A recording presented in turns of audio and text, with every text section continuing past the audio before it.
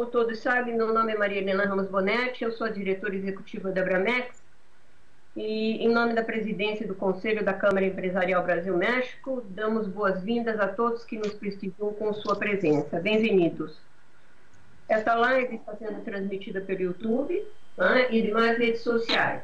Então, depois a gente pode até recorrer à gravação, ao vídeo, se quiserem, viu, Paulina? A gente pode enviar para vocês. Dando continuidade à realização desses eventos, queremos cumprimentar os brilhantes conferencistas, a doutora Juliana Oliveira Domingos, o licenciado Francisco Javier Chico Werner Cobian e a moderadora dessa live, a doutora Sônia Maria Marques Douro.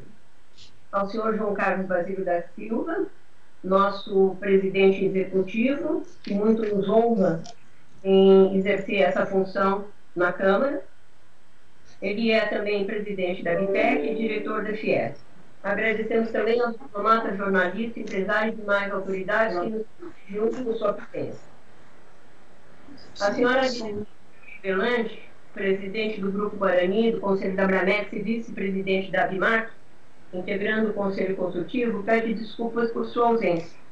Por motivos alheios à sua vontade, ela não vai estar presente. Juliana Oliveira Domingues é secretária nacional do Consumidor do Ministério da Justiça e Segurança Pública, foi diretora do Departamento de Proteção e Defesa do Consumidor no Ministério da Justiça, é diretora regional da Academy Society for Competition Law, eu estou sem óculos, desculpa, e professora do curso de graduação e pós-graduação em Direito da USP, e recebeu prêmios do Instituto Brasileiro de Concorrência, Consumo e Comércio Internacional por 3 vezes. Possui mestrado em Direito pela Universidade Federal de Santa Catarina, doutorado pela PUC e pesquisa de pós-doutorado pela Georgetown University, sendo a primeira brasileira a obter bolsa de pesquisa internacional da American Bar Association. Licenciado Francisco Javier Chico Werner Cobian, a quem peço escusas por não falar perfeitamente o espanhol, então vai em portunhol.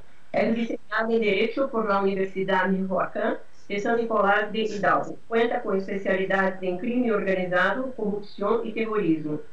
Em Direito Penal, em Direito Civil, por la Universidade de Salamanca, Espanha. Como servidor público, se ha desempenhado em distintos cargos em ordem de governo federal assíduo. Deputado ao Congresso da União em la 58ª legislatura, 58ª legislatura. E 60. Regidos pelo alinhamento do município de Irapuato.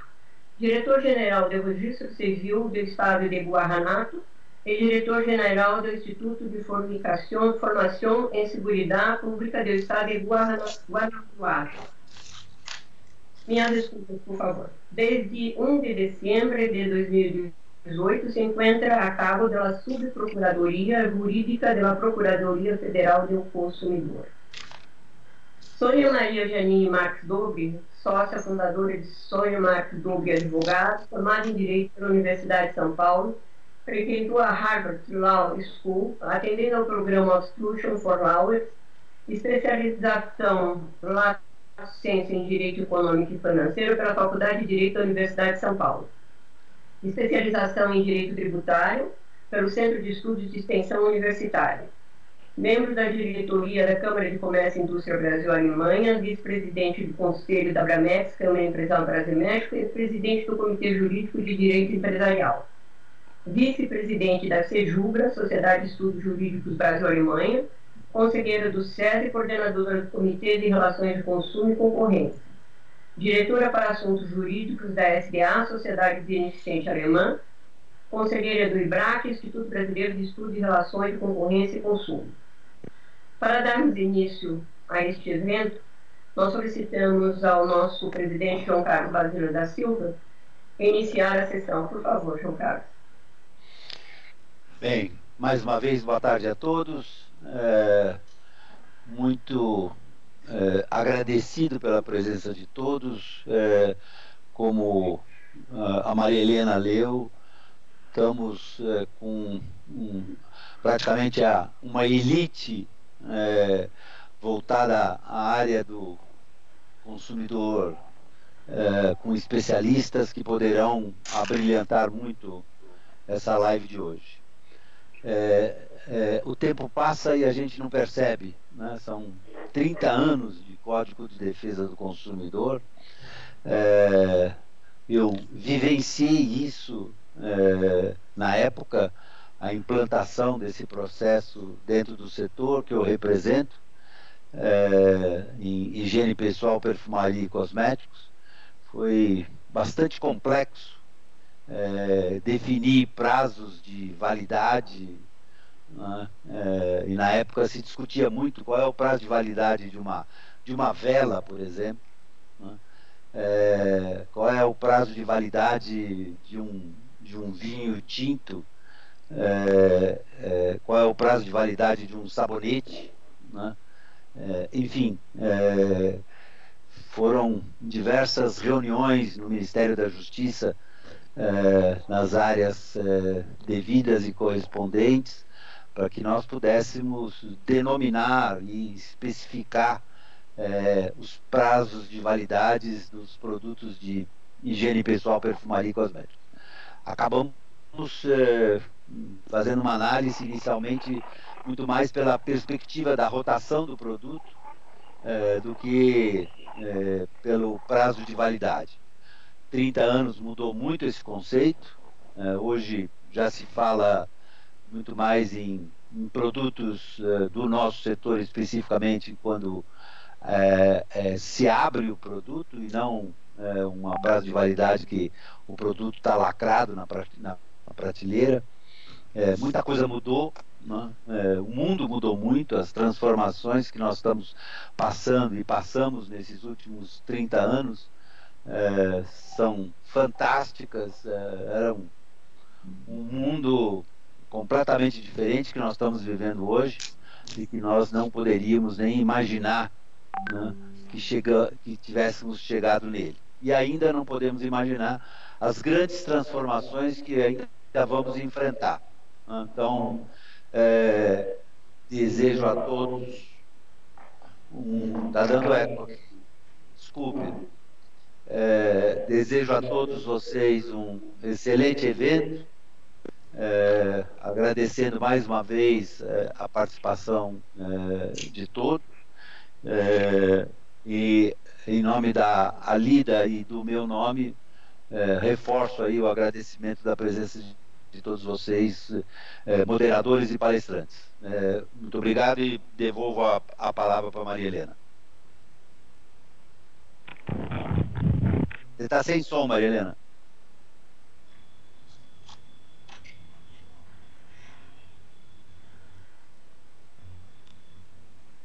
Agora, não, continua agora. Sônia, tá ok? Tá, ótimo, pode falar. Sônia. Pois não, tá. Então assume, por favor. Pois não. Obrigada. Eu gostaria de cumprimentá-los, boa tarde a todos. É um prazer estar aqui moderando esta live de hoje.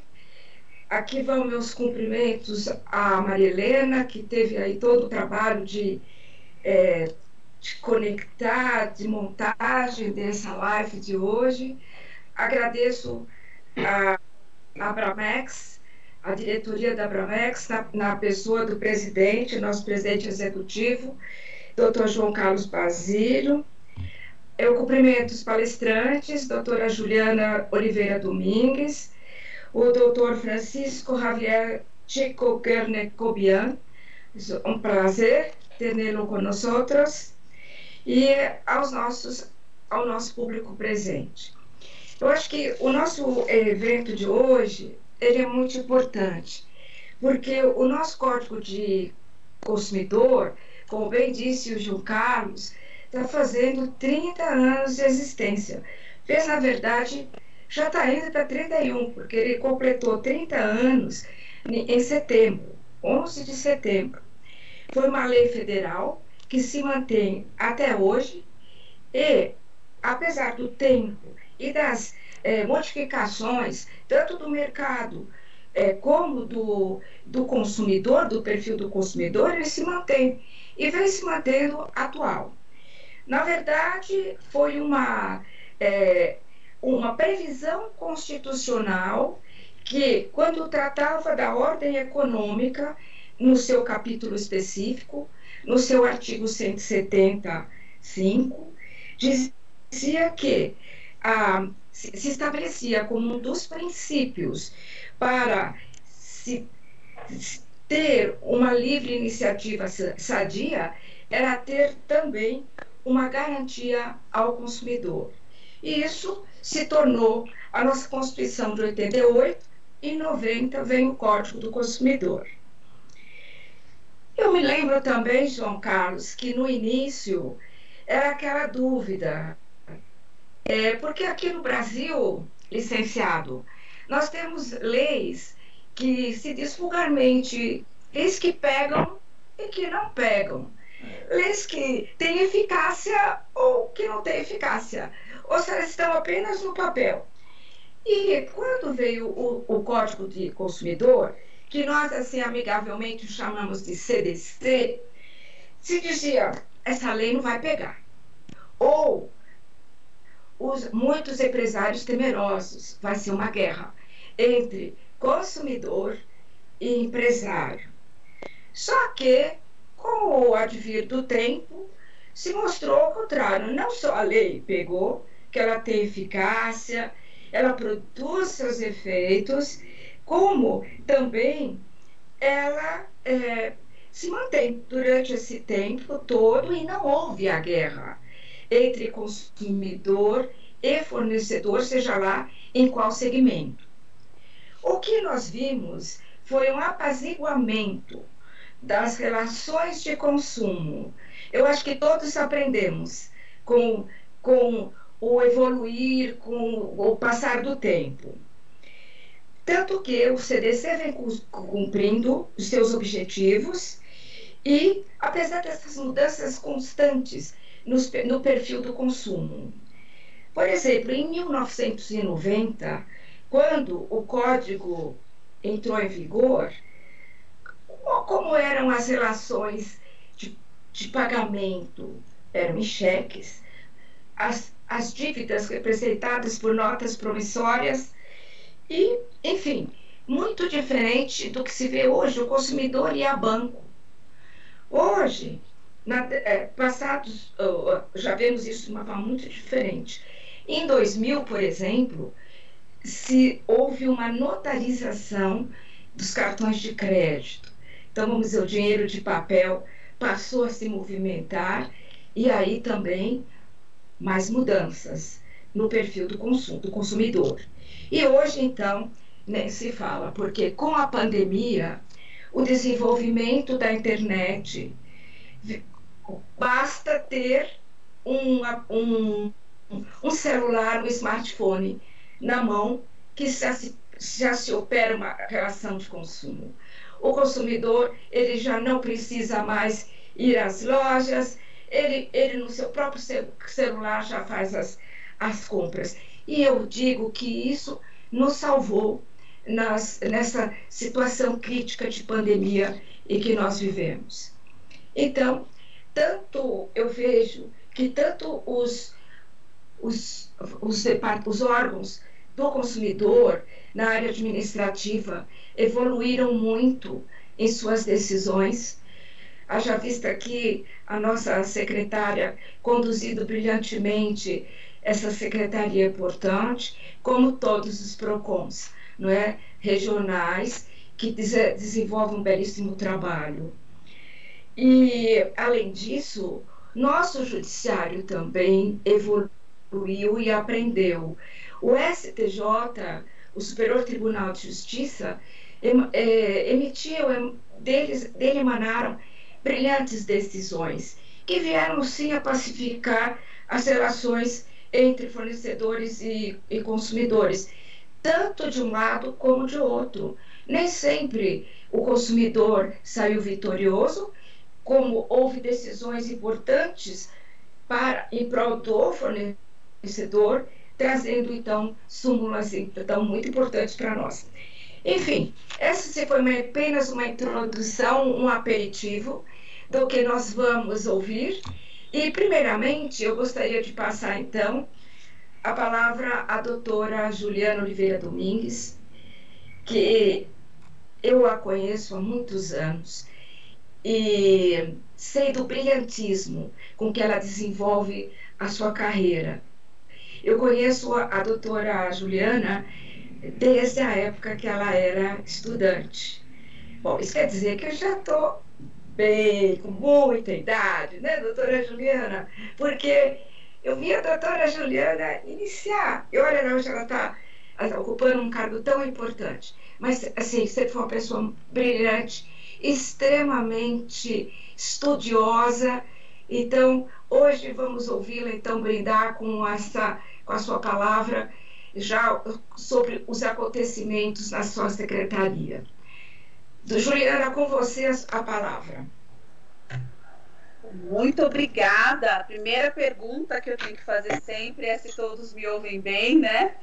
Se estiverem ouvindo, queria aqui agradecer esse honroso convite da Abramex. Fiquei muito contente em também compor essa mesa ao lado da doutora Sônia Bubler, que é uma referência, né? Uma pessoa que eu admiro desde a minha época de estudante. Então, fiquei muito contente em poder contribuir com essa discussão, com esse debate. Agradecer a Abramex no nome da diretora executiva, a doutora Maria Helena, né? Eu sei que estou aqui ladeada com o doutor Francisco Javier, com a doutora Alida, não é isso? E João Carlos, não é isso? Então, queria aqui agradecer né, por realmente me dar essa oportunidade de poder discutir com vocês e também apresentar o que nós temos também feito aqui na Secretaria Nacional do Consumidor. Acho que o tema não poderia ser melhor diante dos 30 anos, né, do Código do Consumidor, ou seja, nós estamos falando aqui, eu falo que não estamos mais falando de um código tão jovem, mas também temos muito a comemorar e muito a pensar no futuro, né? O código ele foi idealizado, como disse muito bem a doutora Sônia, numa época que é totalmente diferente desse contexto em que nós estamos aqui vivenciando, diante, inclusive, de efeitos, né, de uma pandemia mundial que obrigou muitos de nós a ficar em isolamento social. Agora estamos numa época de distanciamento, não é mais o isolamento completo, mas isso forçosamente mudou também as relações de consumo de uma forma que ninguém imaginava, né? Então, eu acho que é importante primeiro dizer que, como foi muito bem colocado, foi dia 11 de setembro, a comemoração dos 30 anos, eu acho que os exercícios nossos de cidadania, né, e os reforços constitucionais que surgiram na Constituição de 88 foram muito importantes para colocar o direito do consumidor como um princípio basilar da nossa Constituição, mesmo na parte, né, que fala sobre a nossa Constituição econômica, que ela também é chamada, né, porque ela está ali, o direito do consumidor sempre ladeando a concorrência, ou seja, não são princípios desassociados, que eu acho que isso é muito interessante também de ser observado e que talvez, né, por algum tempo tenha sido negligenciado por alguns.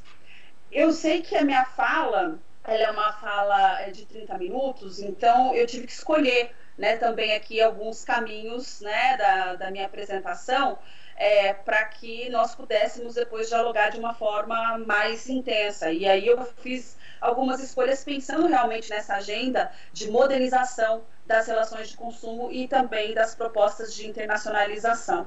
A doutora Sônia acompanhou muito bem, né, os primórdios. Digo que a última vez que eu estive dentro do Ministério da Justiça foi em 2000, ou seja, há 20 anos, quando existia uma Secretaria de Direito Econômico e 2 departamentos dentro da Secretaria de Direito Econômico, que era o DPDC, né, o Departamento de Proteção e Defesa do Consumidor, e o DPDE, né, e o DPDE que hoje, na verdade, também não existe, porque tudo que o DPDE fazia hoje já está incorporado dentro da Superintendência Geral, da estrutura do CAD, né, com a mudança da Lei 2529 de 2011, né, a partir de 2012 nós tivemos uma mudança estrutural, inclusive com a criação da Secretaria Nacional do Consumidor, que também não existia uma secretaria direcionada a atividade, né, do consumidor. Existia o DPDC, que hoje incorpora também a estrutura da Senacom, e também fui diretora do DPDC, posso falar muito bem dessa estrutura que nós temos ainda no governo. Mas o que é interessante observar é que estamos falando em 2012 de uma mudança, né, que você tinha dentro de uma Secretaria de Direito Econômico, o Direito do Consumidor, e aí quando se separa essas duas, a Secretaria Nacional do Consumidor ela é criada e ao mesmo tempo você tem uma incorporação da estrutura dentro do corpo do CAD, parece que não havia mais diálogo entre essas estruturas. Foi muito interessante, tanto que o CAD teve uma agenda de internacionalização muito mais forte do que a própria Senacom, né? A Senacom começou a realmente seguir uma agenda mais internacional, das melhores práticas internacionais, da OCDE, da Organização de Cooperação e Desenvolvimento Econômico, muito mais a partir de 2019, com uma mudança de gestão. Isso também é um mérito do meu antecessor, o professor Luciano Tim, e porque nós vimos que, e eu concordo com ele, né, quando vim para a pasta do DPDC, tinha um alinhamento com o professor Luciano, que era muito importante nós estarmos nesses fóruns internacionais dialogando, né, com os outros países e também procurando adotar essas melhores práticas, né? Então, coisas que nós não aplicamos em políticas públicas de consumidor, como autorregulação, corregulação, que fazem muito sentido em alguns setores.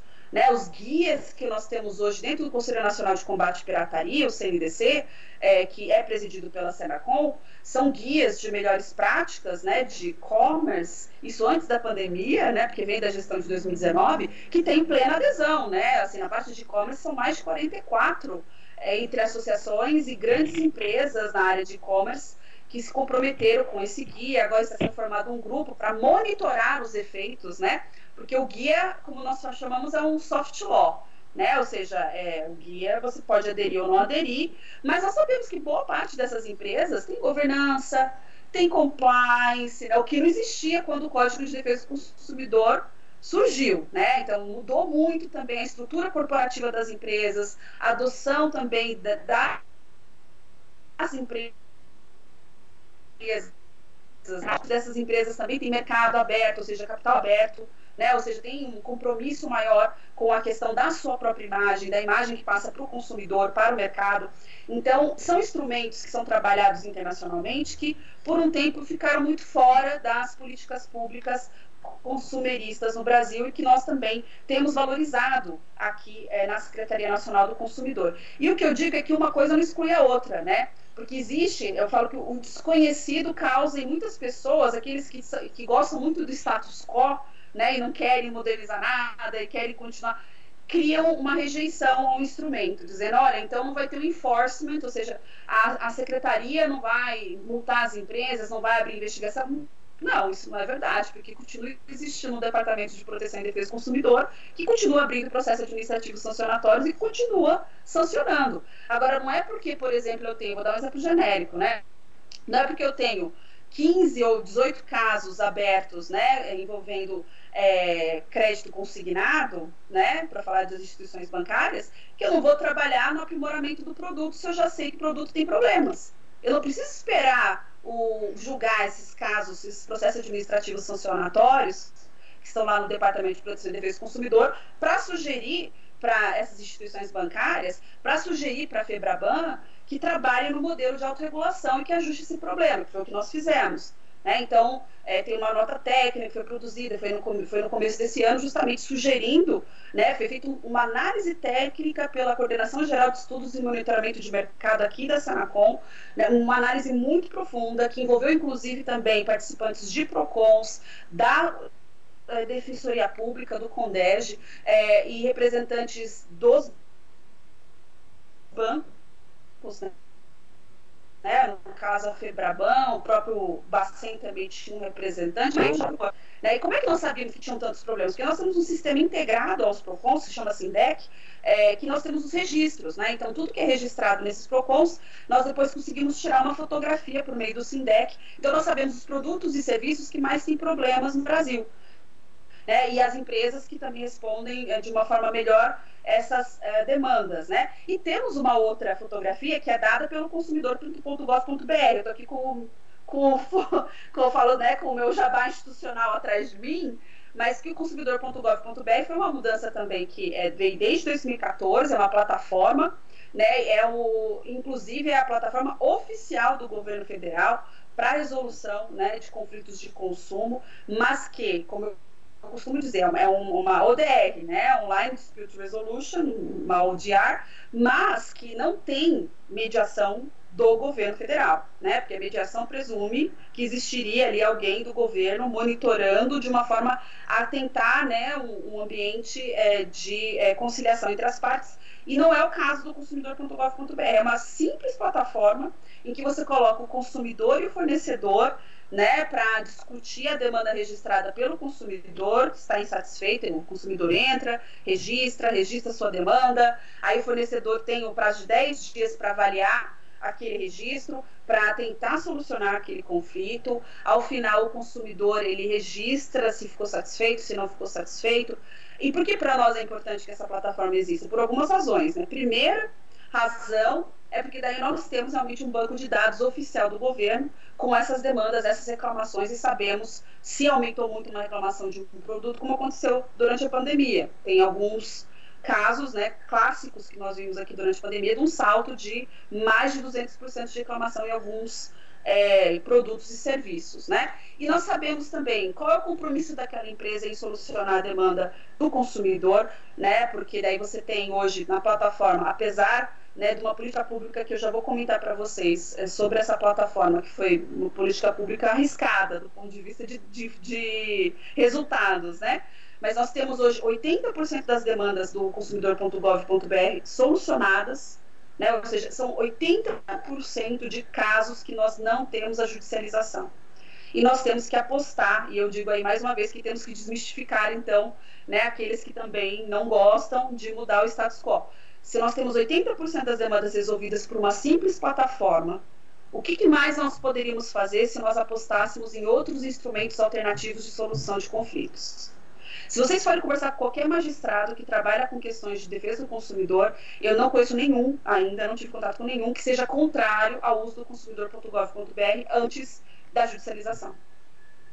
Porque mesmo o Poder Judiciário quer se dedicar ao quê? Às demandas que são importantes, né? E existem demandas extremamente simples solucionadas por meio de uma plataforma que é o consumidor.gov.br, ou seja, isso desafoga também o Poder Judiciário para que ele possa se dedicar às demandas que são realmente importantes. Isso é uma modernização? Com certeza é. Ninguém poderia imaginar uma plataforma também, né, em 11 de setembro de 1990, quando foi criado o Código de Defesa do Consumidor. Então, as relações de consumo mudaram, né? E nós aproveitamos também o fato de que muitos consumidores passaram a utilizar mais, né, as plataformas digitais, e criamos um aplicativo do consumidor.gov.br para todos os tipos de aparelho no celular. Então, hoje, qualquer um que está aqui nessa sala pode baixar o aplicativo, né, no seu celular e poderia utilizar de casa. Nós pensamos nisso justamente porque todos estavam em isolamento social.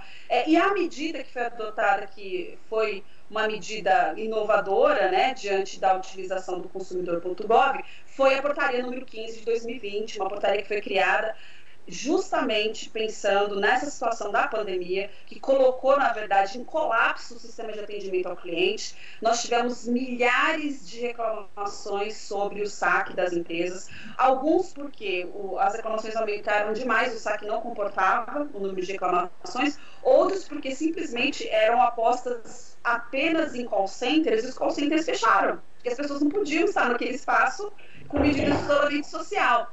E eu não sei se muitos sabem que não é assim, muitos desses call centers não são dedicados a uma única empresa, mas a várias empresas, né? Então fecharam os call centers e aí o sistema não funcionava. Então nós fizemos uma portaria, né, criando requisitos, estabelecendo requisitos para que produtos e serviços essenciais e além disso as plataformas digitais registrassem, né, se registrassem no consumidor.gov.br para permitir, né, que os consumidores tivessem acesso a uma solução alternativa aos seus conflitos, já que eles não conseguiam utilizar o saque. Eu fui vítima do saque, eu não sei vocês, mas eu também fui. Eu tentei solucionar algumas demandas por meio do saque de algumas empresas durante a pandemia e também não consegui, né? Mas, por outro lado, vejam, uma demanda minha pessoal, que era uma viagem que eu não consegui solucionar pelo saque da empresa aérea, eu tive em 24 horas solucionado pelo consumidor.gov.br. O que não significa que o Gov substitui o saque, tá? Que continua sendo um dever da empresa, né? Mas o saque que nós temos, o nosso decreto do saque é de 2008. E de 2008 para cá, muita coisa mudou também. E é por isso que nós estamos agora com uma pauta de modernização do SAC. Foi contratada uma consultora, né, com verbas do PNUD para avaliação do SAC no Brasil e para proporcionar, né, uma proposta, para apresentar para nós uma proposta de atualização e modernização do SAC. Essa proposta foi apresentada recentemente. Nós fizemos, inclusive, 2 workshops que são gravados até na página institucional do Ministério da Justiça e Segurança Pública, para quem quiser acompanhar, onde a consultora apresenta os dados, os resultados, a metodologia da pesquisa, etc.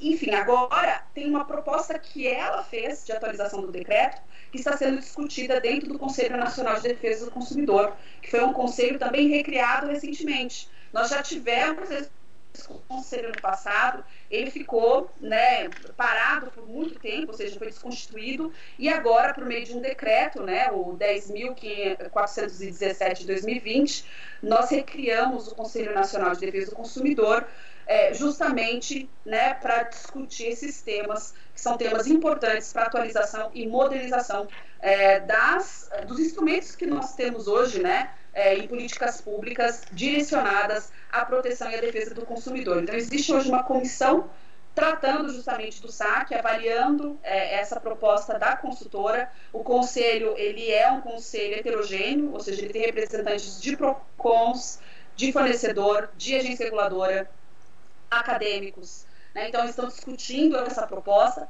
e é uma proposta que vem também, né, ao encontro nosso hoje de um novo consumidor, um consumidor que utiliza a internet, um consumidor que, hoje eu digo que se nós tínhamos há 30 anos um consumidor que não tinha acesso à informação, você comprava às vezes, adquiria qualquer produto e não vinha sequer um manual de instruções, hoje o que nós temos é o excesso de informações ruins, né, com o Google disponível e outros instrumentos de pesquisa, o que nós temos é uma qualificação muito ruim, né? A qualidade dessas informações é muito ruim, o que acaba confundindo mais o consumidor do que ajudando o consumidor. Então, temos que trabalhar nessa melhor informação ao consumidor. E quando nós vamos falar do sistema de atendimento ao consumidor, uma geração mais jovem, né?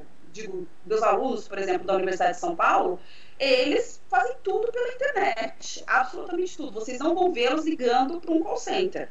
Mas isso não é verdade se vocês pegarem um consumidor de 85 anos, que prefere fazer uma ligação, né? Eu falo para vocês que eu nem tenho telefone fixo mais tenho em casa, né? Que eu nem uso mais telefone fixo. Mas são realidades que têm que estar comportadas, né? Quando a gente vai falar de sistema de atendimento ao cliente. Então, quem é o cliente? Então, primeiro você tem que entender quem é a empresa, qual é o mercado dessa empresa, entender justamente, né, como que você pode criar um sistema de atendimento ao cliente que faça jus àquele consumidor e que ao mesmo tempo atenda a esse novo consumidor, o consumidor, né, do século XXI, é um consumidor que muitas vezes não vai realmente querer só ter o atendimento telefônico, né? Então precisávamos pensar nessa atualização e é isso que está sendo discutido hoje no Conselho Nacional de Defesa do Consumidor. Dentro dessa proposta do consumidor.gov.br, né, de estabelecer critérios, inclusive um dos critérios eram as empresas com mais reclamações no sistema integrado dos PROCONs do SINDEC. Nós tivemos mais de 3 mil pedidos de ingresso no consumidor.gov.br, o que, obviamente, uma equipe técnica tremeu, né? Ela falou, agora vamos ter problema no golpe. Sempre apresentamos dados bonitos de resolução de conflitos, 80%, agora vai cair, vai ter problema. Não teve problema algum. Para nossa alegria, né, o último dado do consumidor.gov.br aponta ainda para esse ano uma resolução de 79%. Acho que alguém abriu o áudio, gente, está dando uma microfonia. Então, os dados ainda estão em 79%, então, ou seja, não caiu o índice de solução das demandas no ambiente do Gov. Ao mesmo tempo, isso mostrou também uma diferença no comportamento dos fornecedores, né? Porque existia uma expectativa de que alguns fossem questionar o ingresso, falar, não, eu não quero entrar, eu não vou entrar no consumidor.gov.br. Pelo contrário, né, nós tivemos aí mais pedidos, até dispensamos algumas empresas porque elas não tinham volumetria que justificasse ingressar na plataforma, do consumidor.gov.br, né? Mas porque, de fato, houve um movimento muito positivo, acho que de consciência também, né? De transparência, porque isso acaba trazendo para a empresa um efeito positivo de dela poder apresentar depois, olha, realmente, está vendo? Tem tantos milhões de registros relacionados a esse produto, mas eu solucionei 99% das demandas, porque você tem um registro por empresa, né? Então, isso é muito interessante também para aquela empresa que tem esse compromisso com o consumidor, né? E a gente até faz a premiação. Esse ano, antes da pandemia, chegamos a premiar as empresas com melhor índice, né, dentro do consumidor.gov. E o nosso caso é um caso tão interessante de sucesso que nós emprestamos a tecnologia por meio de acordos de cooperação técnica para a Argentina, para o Uruguai. Estamos agora com o Chile, com o Peru também querendo implementar um modelo semelhante, criar o seu próprio Gov, né? A nossa equipe técnica está dando suporte para a Argentina e para o Uruguai, porque eles também querem criar um mecanismo semelhante ao nosso exemplo aqui que temos no Brasil do consumidor.gov, né? Acho que o movimento de desjudicialização é um movimento importante também, né? Porque os dados que eu tive com o CNJ essa semana, eu tive ontem com a equipe do CNJ, é impressionante o que é gasto hoje em termos de deficiência, inclusive, né? Porque você tem vários processos parados e não existe como você conseguir encaminhar todos esses processos. A volumetria não comporta o número de magistrados que nós temos. Eles poderiam fazer o melhor possível, mas o acúmulo é enorme. E eu, como consumidora, como todos nós somos aqui, né? Todos nós somos consumidores desde o dia que nascemos. O fato é que eu não quero ter minha demanda solucionada em 3, 4 anos.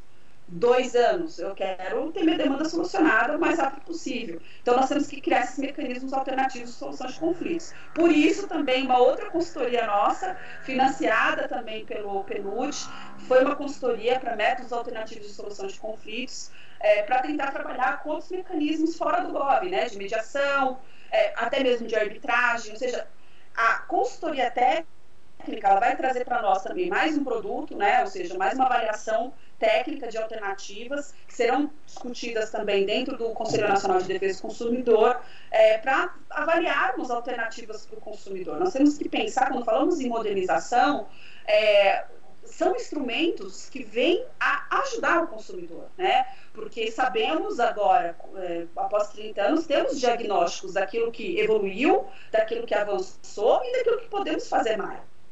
Então, essas políticas públicas precisam ser pensadas e é isso que nós estamos fazendo dentro da Secretaria Nacional do Consumidor. Tem uma questão que é importante, eu sei que o meu tempo já está se esvaindo, né, doutora Sônia? Quanto tempo que eu tenho? 5 minutos. Ótimo. É isso, Maria Helena? 5 minutos? Sim, ótimo. Então, em 5 minutos, o que eu gostaria de dizer também é que a Senacom também se preocupa com a proteção de dados do consumidor. Hoje nós temos aí mais de 40 processos administrativos em andamento já, né?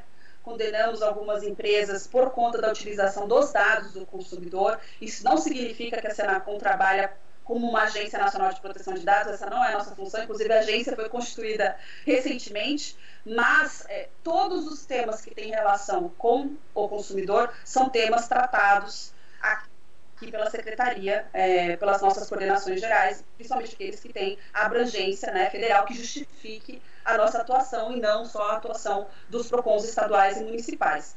Então, quando nós vamos falar de compartilhamento de dados do consumidor, temos que pensar que há uma incidência também do Código de Defesa do Consumidor, como há incidência do Código de Defesa do Consumidor em qualquer tema regulado. Né? Quando eu falo de telefonia, tem competência da Anatel? Tem competência da Anatel, mas tem a competência também da Senacom, tanto que, né, recentemente aí condenamos várias empresas reguladas pela Anatel, porque estavam adicionando serviços em pacotes de serviço do consumidor, né? Então, são temas que são tratados, e por isso que eu digo que é uma secretaria extremamente transversal, porque no mesmo dia eu discuto serviços funerários e open banking. É muito interessante, quando vocês vão ver minha agenda, são todos os temas possíveis relacionados à proteção e defesa do consumidor. E, obviamente, proteção de dados também envolve, né, a parte de consentimento do consumidor. Então, esse é um tema muito importante. Já estou trabalhando, inclusive, né, com a Casa Civil, pensando num acordo de cooperação técnica da Senacom com essa nova agência que está sendo criada. E temos nossas iniciativas internacionais. Acho que é muito importante divulgar para vocês que no mês passado, né, nós ingressamos na plataforma internacional que se chama eConsumer.gov, que vai trabalhar com esses temas de fraudes de consumo, de lesões ao consumidor, porque hoje o consumidor brasileiro facilmente faz uma compra internacional. Eu não sei se vocês que estão aqui online já fizeram, mas eu converso muito, principalmente com os meus alunos que são um pouco mais jovens, eles compram nessas plataformas e trazem os produtos para o Brasil. E quando você tem um problema de consumo, quando você não tem o CNPJ da empresa, o que você faz? Né? Então, existe uma limitação muito grande com relação a essas compras internacionais e a plataforma eConsumer, ela vem para suprir essa questão. Para vocês terem ideia, tínhamos 39 países já fazendo parte dessa plataforma, o Brasil não era parte.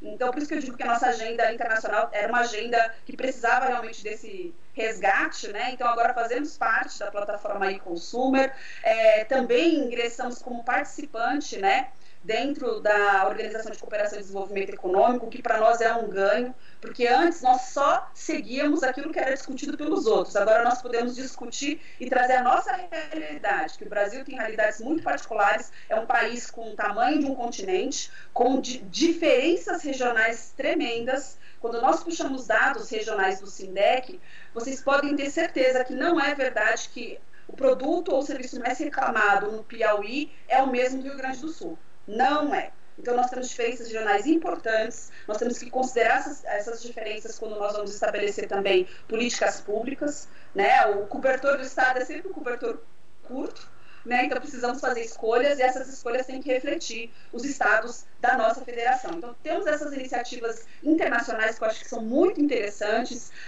O trabalho dos nossos conselhos, tanto do Conselho Nacional de Defesa do Consumidor como o Conselho Nacional de Combate à Pirataria, são trabalhos excepcionais, né, de trazer também essas melhores práticas para os fornecedores. Dentro do CNDC, nós estamos discutindo temas que são temas dificílimos, como pirâmides financeiras, né, não só a modernização do saque e também a avaliação dos métodos alternativos de solução de conflitos, mas também uma avaliação do modelo regulatório brasileiro. Nós tivemos também uma consultoria técnica financiada pela Unesco para avaliar o nosso sistema regulatório brasileiro, porque existe dentro da criação das agências reguladoras um dever dessas agências de assistência ao consumidor.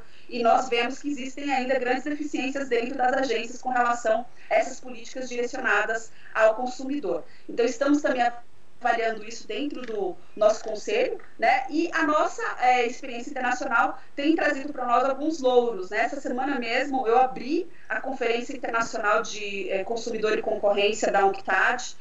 Foi um convite feito para nós em razão também do nosso compromisso com a agenda internacional de adoção das melhores práticas. Então, fiquei muito feliz em já poder ver esse retorno, né? Ou seja, também as organizações internacionais entendendo que essa pauta nossa é uma pauta muito alinhada ao que nós consideramos, né? Não são todas as melhores práticas que fazem sentido para a nossa realidade, mas algumas são. E nós já estamos colocando isso em prática nas nossas políticas públicas e isso tem gerado para nós também um efeito positivo, que eles querem saber o que estamos fazendo aqui. E temos os países da América Latina também querendo importar, né, e ter o suporte técnico nosso para a adoção de mecanismos alternativos que temos no Brasil e que tem funcionado bem. Então, eu quis falar rápido um pouco de tudo, mas queria agradecer a oportunidade, não só de estar aqui com a doutora Sônia, que eu admiro muitíssimo desde sempre, né, que me conhece ainda muito menina, né, doutora Sônia? Mas queria agradecer a oportunidade de poder compartilhar com vocês. De alguma forma, é uma forma de prestação de contas e isso me deixa muito feliz em poder compartilhar num ambiente formado por pessoas tão admiráveis e que eu tenho certeza que podem contribuir muito também com essas nossas políticas públicas. Aqui nós temos um espaço aberto para sempre receber, né, as recomendações, as observações de toda a sociedade, mesmo dos fornecedores. Então, a Senacom está de portas abertas para a Abramex. Muito obrigada.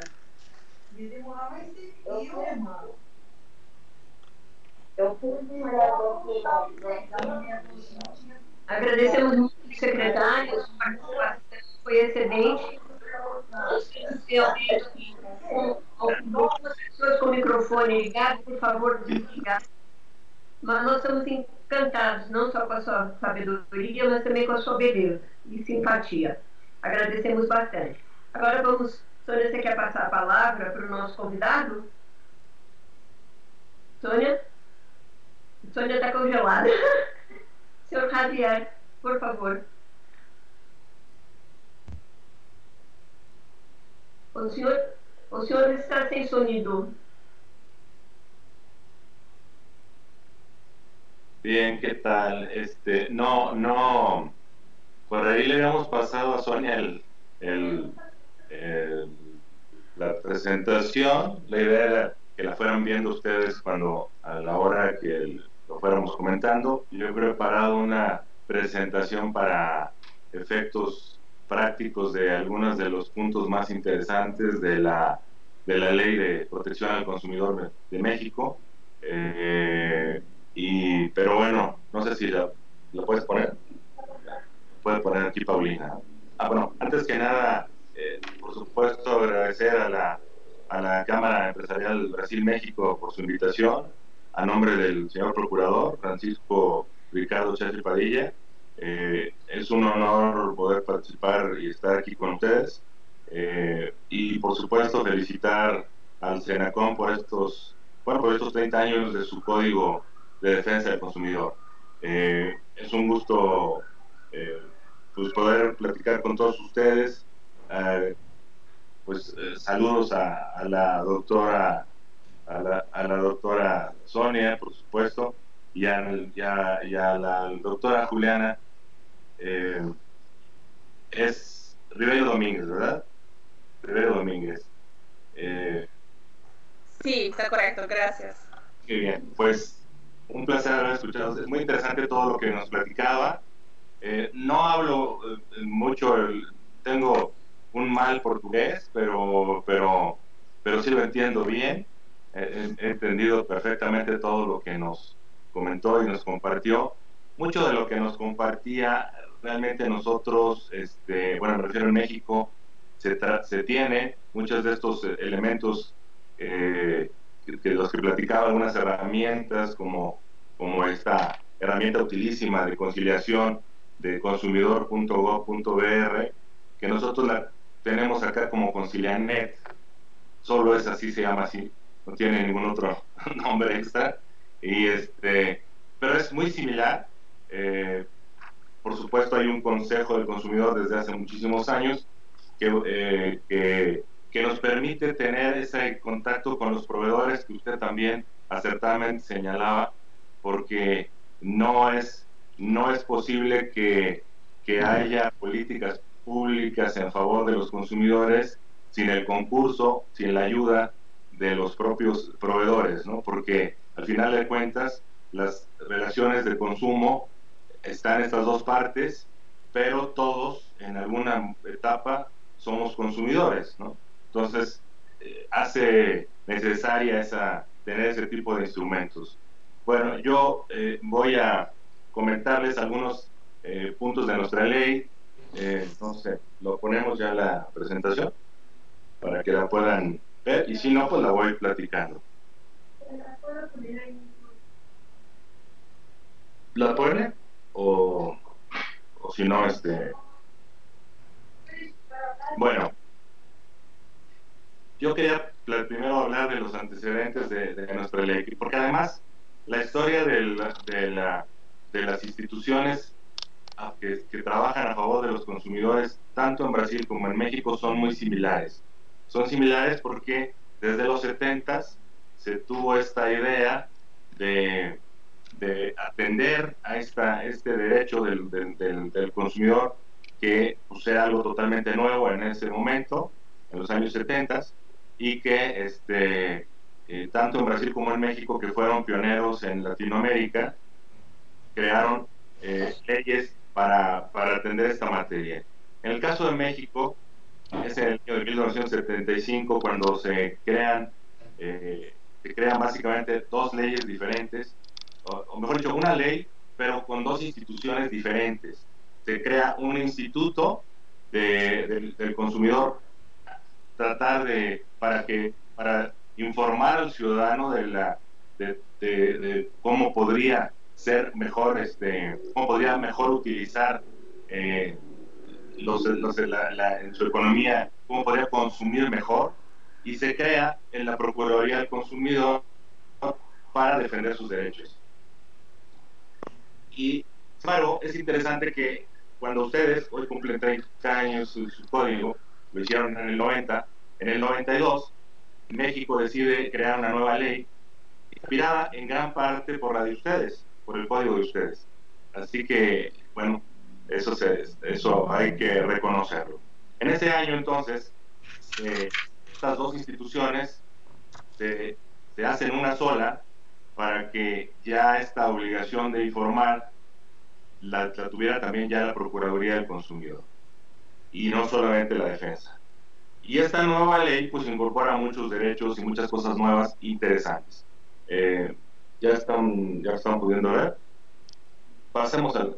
¿Lo están pudiendo ver? En este año de 1992, ¿no están pudiendo ver la presentación? No. A ver, adelante porque... Bien, como sea voy avanzando. En el año de 1992, que es cuando se crea nuestra ley actual, la Ley Federal de Protección al Consumidor, que como comentaba, tomó muchas de las ideas que ustedes habían plasmado en su código. 2 años más cumplirá esta ley de 30 años. Lo primero que hace es, uno de los puntos que nosotros consideramos torales, es darle legitimación procesal a la Profeco para que pudiera representar a los consumidores a través de lo que en ese momento se llamaron las acciones de grupo. Más adelante, estas acciones de grupo se convertirán en acciones colectivas, pero es curioso que esta figura inicial de acciones de grupo era como mucho más sencilla de llevar a cabo que las de acciones colectivas que finalmente hoy ya tenemos en nuestro país, ¿no? Eso yo pienso que fue hasta cierto punto una regresión. Ahí perdimos en lugar de ganar, o el consumidor perdió, porque era mucho más sencillo de poder llevar adelante estas acciones de grupo,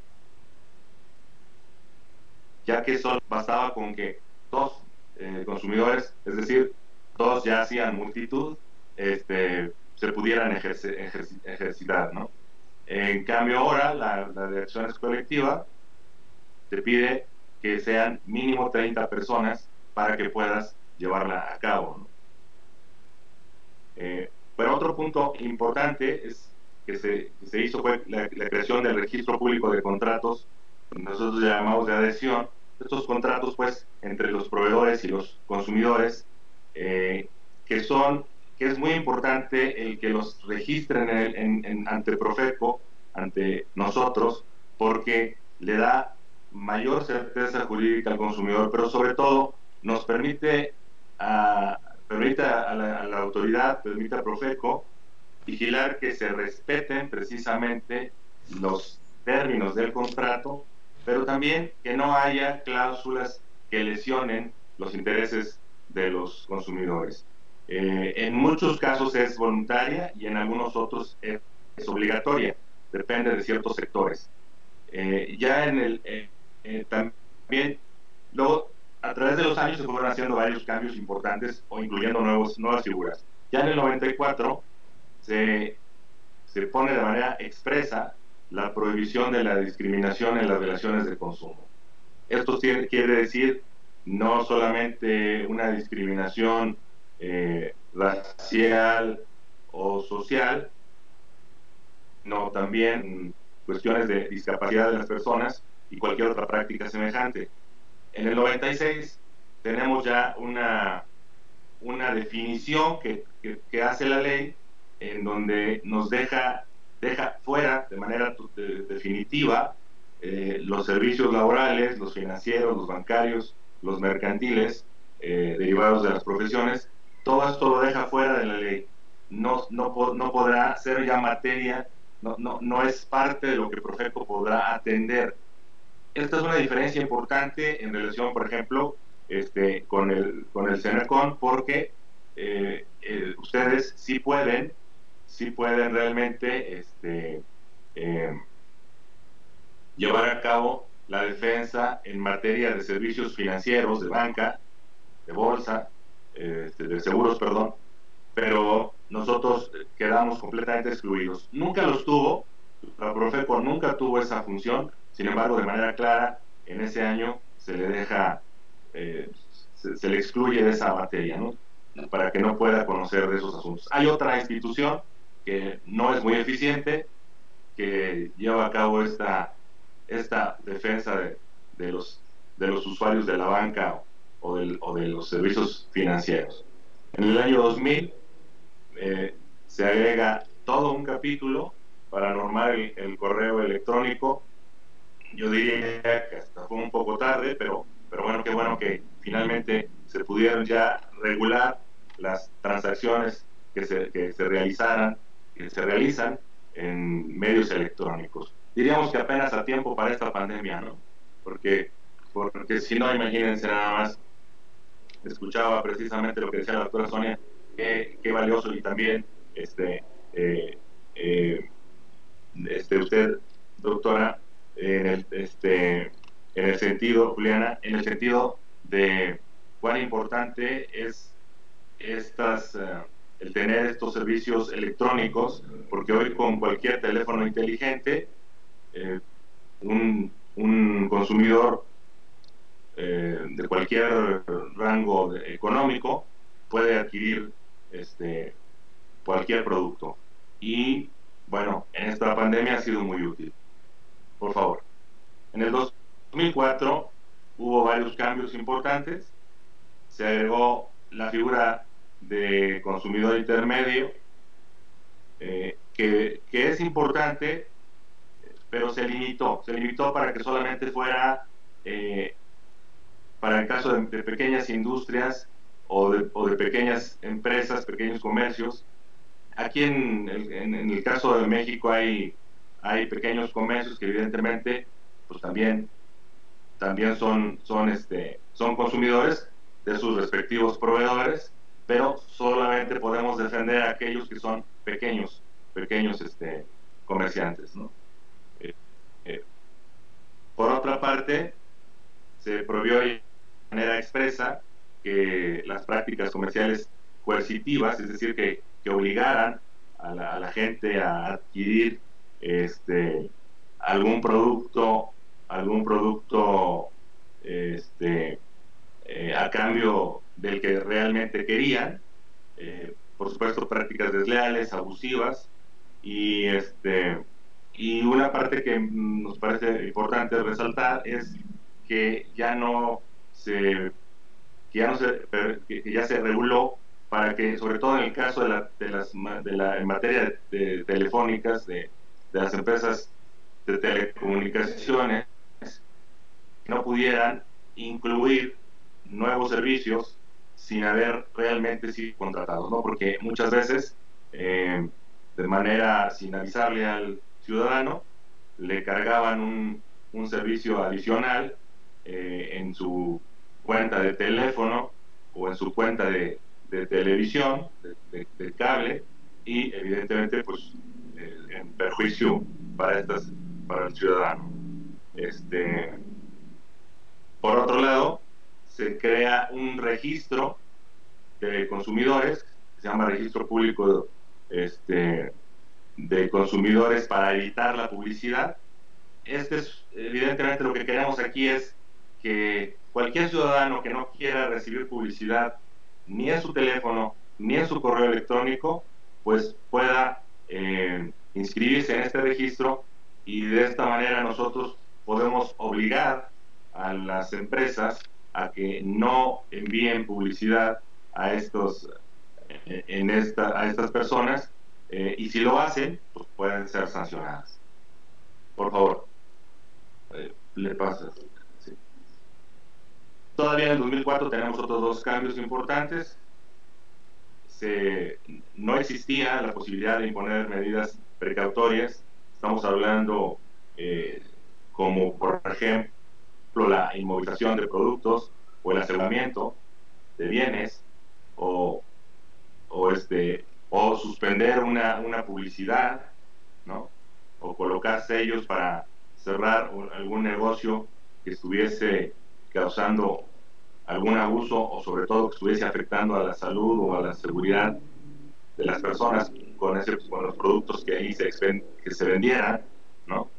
Entonces fue un avance importante. Por otro lado, porque ya no es una sanción, sino precautoria, que permite también al proveedor de alguna forma defenderse y pues que se pueda levantar rápido la sanción, y si es que acredita que corrigió lo que se estuviera haciendo mal. También se regularon los sistemas de comercialización de grupos de consumidores.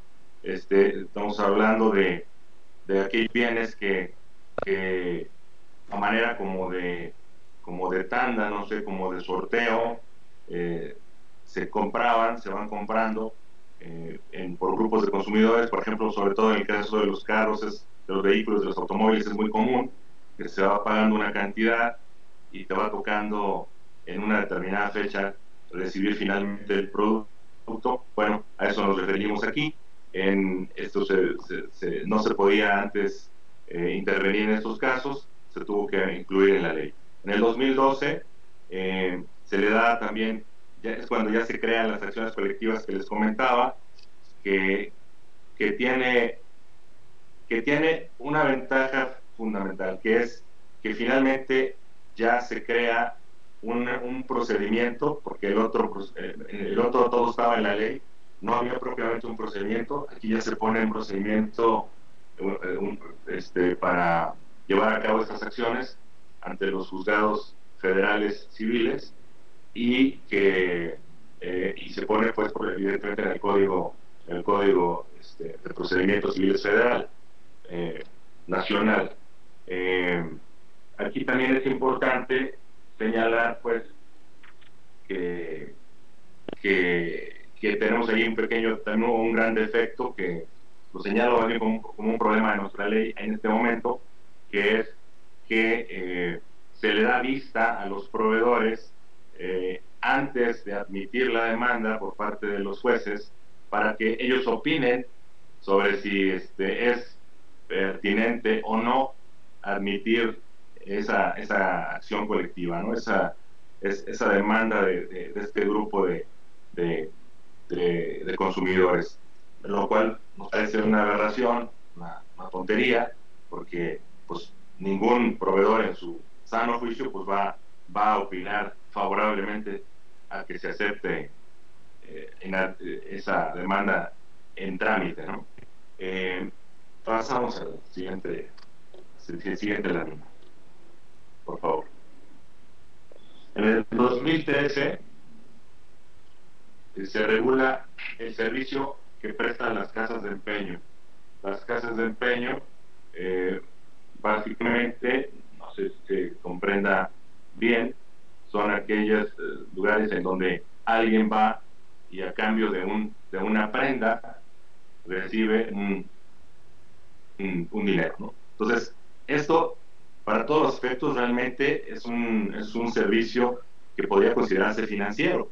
Sin embargo, la ley federal del consumidor los legisladores consideraron que quien debía regular las relaciones entre consumidores y usuarios de este servicio tenía que ser Profeco, y no la otra institución que lleva las relaciones en materia financiera.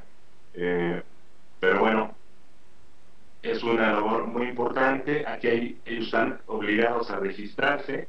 Todas las casas de empeño tienen la obligación de registrarse para poder prestar este servicio, y también pues están bajo vigilancia constante para que no se utilice para la venta de artículos, o mejor dicho, para artículos robados que se lleven ahí como para para obtener un dinero. La venta de artículos robados sería, por eso es una labor muy compleja la que se tiene a cargo con esta reforma que se hizo. En 2017 se hicieron cambios no nada más en la ley de Profeco, sino también en la ley de aviación del país para que quedaran claros los derechos mínimos de los pasajeros de aerolíneas, tales como, por ejemplo, el derecho a tener una maleta documentada sin costo, a recibir bonificación en caso de que haya un retraso en el vuelo o una cancelación. Nada de esto existía, todo esto se arreglaba de manera conciliatoria con las aerolíneas si es que había buena voluntad, pero hoy ya tienen que hacerlo de manera forzosa, incluso tienen que otorgar un nuevo vuelo si es que se perdió la conexión, ya que evidentemente por causas imputables a las aerolíneas, ¿no? Pero sí es una serie de derechos importantes que ya quedan reflejados en ley en favor del consumidor. Y yo diría que esta última que viene en la lámina es una facultad muy muy importante, puesto que se le da ya el carácter de autoridad fiscal a la Profeco para que las multas que ya estén firmes, que haya cobrado y que ya digamos que ya se defendió el proveedor ante la autoridad administrativa, perdió, no tuvo la razón, entonces esas multas puedan ser cobradas directamente por Profeco, pero como si fuera como en calidad de crédito fiscal, ¿no? Entonces, con todos los derechos que esto da, ¿no? Como si lo hiciera pues la Secretaría de Hacienda directamente. Por favor. En ese mismo año también se incluye ya una prohibición para que la publicidad pueda incluir alguna leyenda que avalara por alguna asociación que dijera, no, la asociación de dentistas dice que este producto es muy bueno para los dientes y les ayuda por esto y por lo otro, ¿no? Bueno, pues aquí lo que estamos pidiendo es que tiene que haber una serie de documentales que acrediten que hubo realmente un estudio que pruebe que efectivamente ese producto es tan bueno como para que lo esté esa asociación u organización recomendando, ¿no? De otra manera, esa publicidad sale del aire, pero aparte es sancionada la asociación que haya hecho esa recomendación. Y también se introduce la figura de la autorregulación publicitaria, el famoso copy advice, ¿no? Donde ha permitido que muchas empresas que quieren sacar alguna publicidad, que consideran que mejor dicho no quieren tener problemas de que se esté infringiendo alguna de las normas de la ley del consumidor, bueno, simplemente nos pasan su publicidad y nosotros les revisamos y quitamos lo que pudiera ser nocivo o que esté infringiendo la norma, esté violando la norma, y ya para que ellos puedan sacar ese anuncio. Sin embargo, debo aclarar que ellos pueden negarse a hacer esos cambios, ¿no? Si lo hacen, pues eso ya en todo caso, pues habrá una sanción muy seguramente, pero pueden hacerlo, o sea, pueden decir que no lo aceptan, porque no tiene fuerza, no tiene una fuerza de una correlación, ¿no? Nosotros no podemos obligarlos. Otro cambio interesante, se amplió la garantía para los bienes de servicios, de 60 días a 90 a 90 días, tanto para bienes como para servicios. Por favor, el siguiente lámina. Tenemos también el derecho a que se reponga un bien defectuoso por uno nuevo. Antes de este cambio a la ley, te podían cambiar un bien que saliera defectuoso, el proveedor te lo podría cambiar por uno similar, de calidad similar. Bueno, esto ya no es así, tiene que ser un bien nuevo, no hay más. Hay también un derecho a retractarse de un contrato, pero tiene solamente el consumidor 5 días para decir siempre no quiero hacer este contrato con usted para este servicio o para este bien, y sin ninguna penalidad en su contra, ¿no? En ese mismo año ya existían, pero de una manera más por el derecho internacional que porque estuvieran en ley, las alertas y los llamados a revisión, evidentemente siempre buscando proteger la vida, la salud, la seguridad de los consumidores, ¿no? El llamado a revisión pues es más una acción voluntaria del proveedor que señala que existe algún problema con su producto y que se le llama para que sea revisado y corregido, y el alerta sí tiene consecuencias graves para esos proveedores que se les encuentra en alguna verificación que hay un producto que puede causar daños a la salud, a la seguridad o a la vida de las personas. En el 2019 se hizo un cambio que se hizo a nuestra ley, en donde, bueno, trascendente, ha habido otros pequeños cambios, en donde básicamente se está señalando que si un consumidor paga una compra en efectivo, pues tiene que devolvérsele igualmente en efectivo si es que ese producto no salió bien, porque antes se lo querían cambiar como ya sea por una tarjeta de puntos o por algún beneficio en la tienda como para que volviese a comprar más o algo. Ahora tiene que pagarlo en la misma forma que fue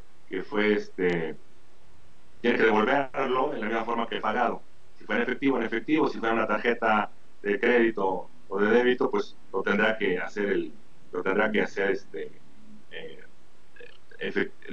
depositar en dicha tarjeta, ¿no?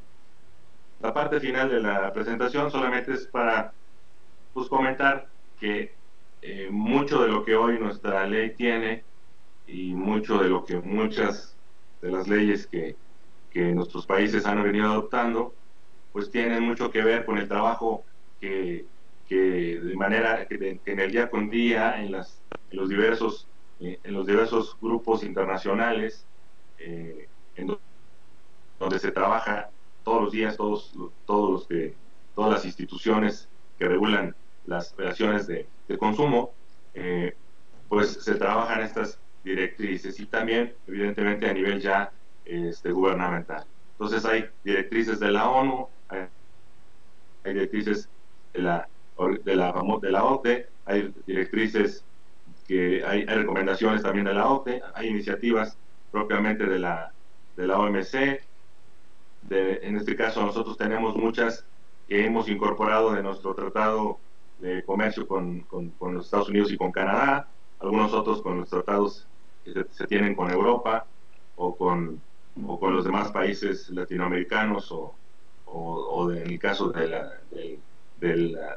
Tratado del Pacífico, ¿no? Entonces, pues solo comentarlo en el sentido de que hemos venido incorporando mucho de lo que ahí se ha venido trabajando por parte de las distintas autoridades de comercio, perdón, de consumo y de las propias autoridades gubernamentales de los países, ¿no? Pues eso básicamente sería lo que se preparó para compartir con ustedes. Y pues si tienen alguna pregunta o un comentario, pues no sé si se captó todo o casi todo. Ok.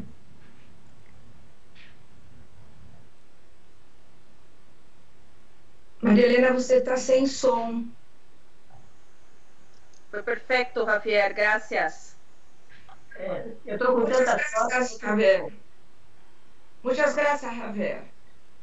Sônia, você tem algumas perguntas, não é isso? Não, é o seguinte, eu gostaria, mas a secretária ela tem uma reunião com o ministro. A minha pergunta seria a seguinte, interessada aos dois. Que tipo de reclamações dos consumidores foram mais comuns durante esse período que nós vivemos de pandemia? Que segmentos foram os mais, vamos dizer, atingidos e demandados pelos consumidores? Essa eu gostaria de ouvir dos dois, se possível.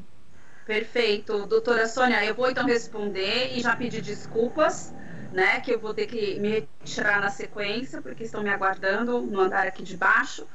Mas nós tivemos, pelos registros do consumidor.gov.br, e eu me baseio nesses registros porque, infelizmente, muitos PROCONs fecharam as portas também em razão das medidas de isolamento social, então acho que o termômetro do consumidor.gov ainda é melhor, né? Então tivemos muitas queixas relacionadas a, por incrível que pareça, as plataformas, né, de e-commerce, aos produtos de banda larga, por conta, acho que, da demanda pela internet. Tivemos aí realmente muitas reclamações nessa área.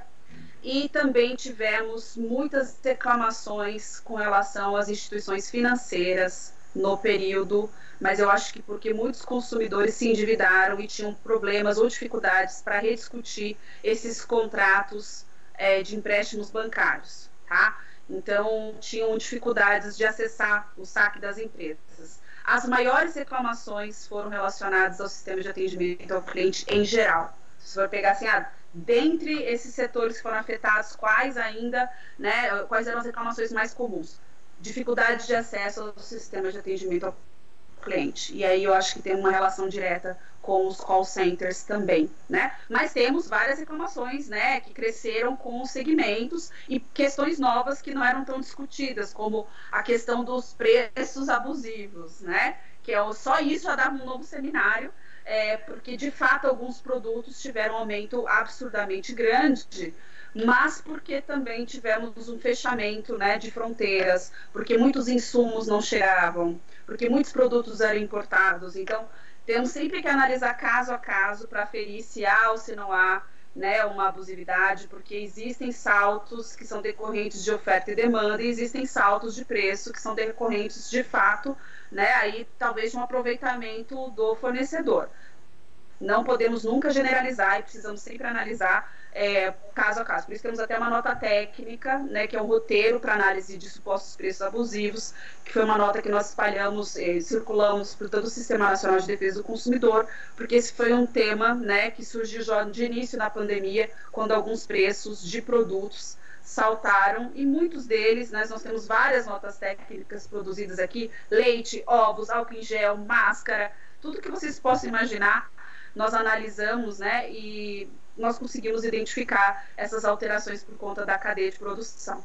Então, obrigada pela oportunidade, espero receber novos convites, peço realmente desculpas, a agenda estava bloqueada até 18h30 e agora eu tenho que atender essa reunião, mas foi um prazer estar com você. Muitas gracias, Javier, por todo, a mim me gostou muito, espero encontrar-te aqui em Brasil, está bem?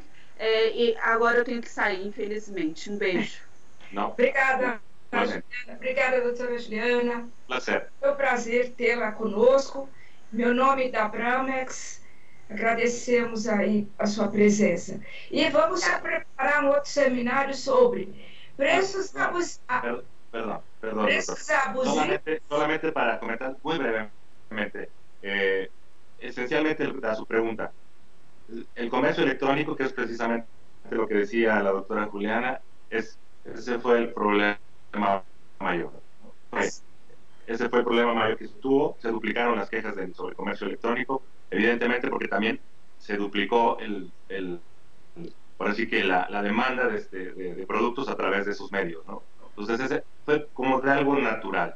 Lo que sí fue algo muy, muy desagradable es encontrarse con muchos abusos en materia de equipos de médicos de salud, equipos que tenían que ver precisamente con la enfermedad, como para la prevención de la enfermedad, que ahí sí hubo que sancionar a muchas empresas, porque hubo un gran abuso.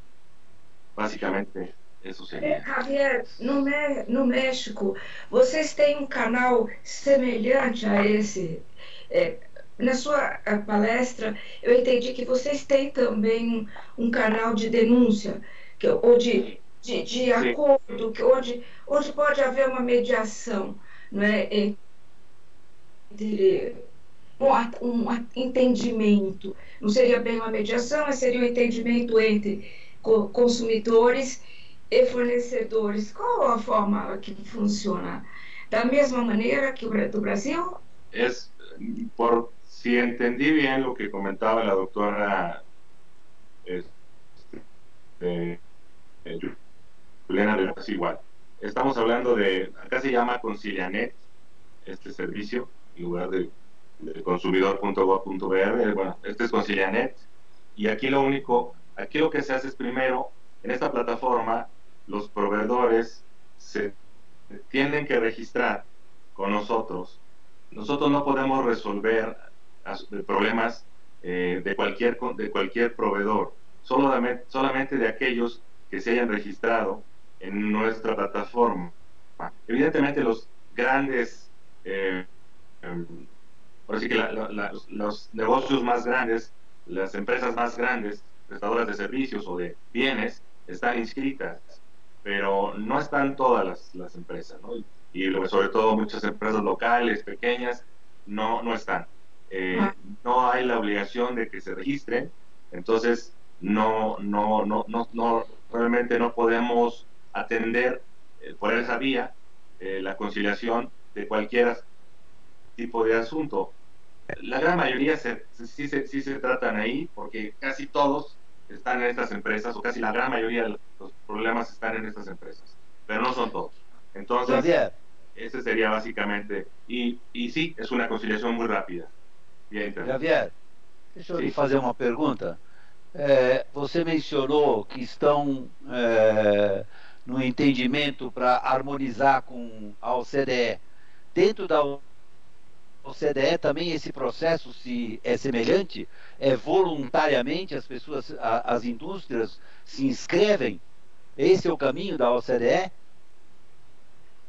Sí, sí, hasta ahorita sí, porque no hay una obligación directa para que se inscriban. Entonces, sí, esto es así. Interessante. Solamente, sí es. Sônia, conhece como é que está o processo de integração do Brasil no rumo da OCDE nesse sentido? Eu ia perguntar para a Patrícia, mas... Olha, eu pesquisei que eu estava lendo alguma coisa que a gente está caminhando nesse sentido, não é? Para ver uma integração. Mas foi uma pena que Juliana saiu, porque ela poderia nos dar, porque justamente a ação da Senacom é essa, a internacionalização das questões, né, a questão institucional do direito do consumidor, a internacionalização, a harmonização, que eu acho que é muito importante. Agora, é uma pena mas talvez a gente possa perguntar a ela depois. Pedir um esclarecimento, talvez, né? Vamos pedir um esclarecimento. Ótimo. Não é?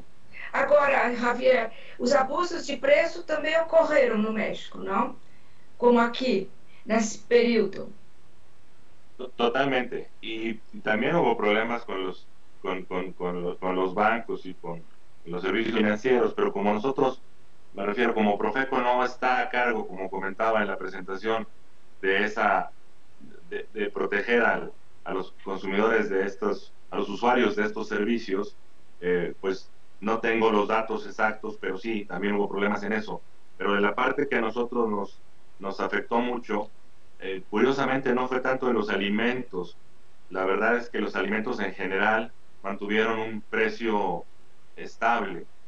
El problema lo tuvimos con los equipos de prevención de salud que se piden, ¿no? Digamos, las mascarillas,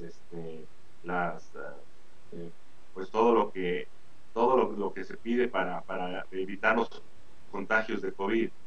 Entonces, ahí, bueno, el gel antibacterial fue un problema porque se fabricó de mala calidad, hubo que sancionar a varias empresas que estaban, pues, utilizando metanol en la producción del gel. Entonces, realmente, ahí fue donde se vio los abusos que más trabajo costó resolver.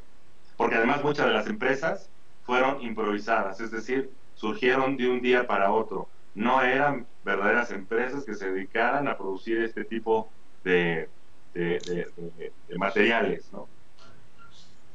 Aqui no Brasil, a mesma coisa, com álcool em gel. É a mesma coisa, aconteceu a mesma coisa. É interessante que os problemas de México e Brasil são muito parecidos. Sim. Não é? Sim. São semelhantes. O consumo aqui no Brasil do álcool em gel cresceu 3.000% em volume. E de todas as qualidades, não é verdade? Mesma coisa. As máscaras também de todos os tipos, sumiram. Depois aumentaram o preço absurdo. Enfim. Mas vamos esperar que haja uma normalização, né? Que no tempo já está melhor, na verdade. Está ocorrendo. Nós já temos uma situação bem mais amena do que já tivemos, na verdade. Acho que fundamental é essa integração para a gente conhecer o processo brasileiro e conhecer o processo mexicano e buscar essa aproximação para que haja uma maior integração entre os nossos países, que são as duas economias que mais se destacam na América Latina. Então, precisamos promover, e a Bramex está aqui para isso, para poder buscar essa integração, para melhorar o intercâmbio e melhorar nossas relações e fazer crescer as nossas relações comerciais. Isso eu acho fundamental. É importante.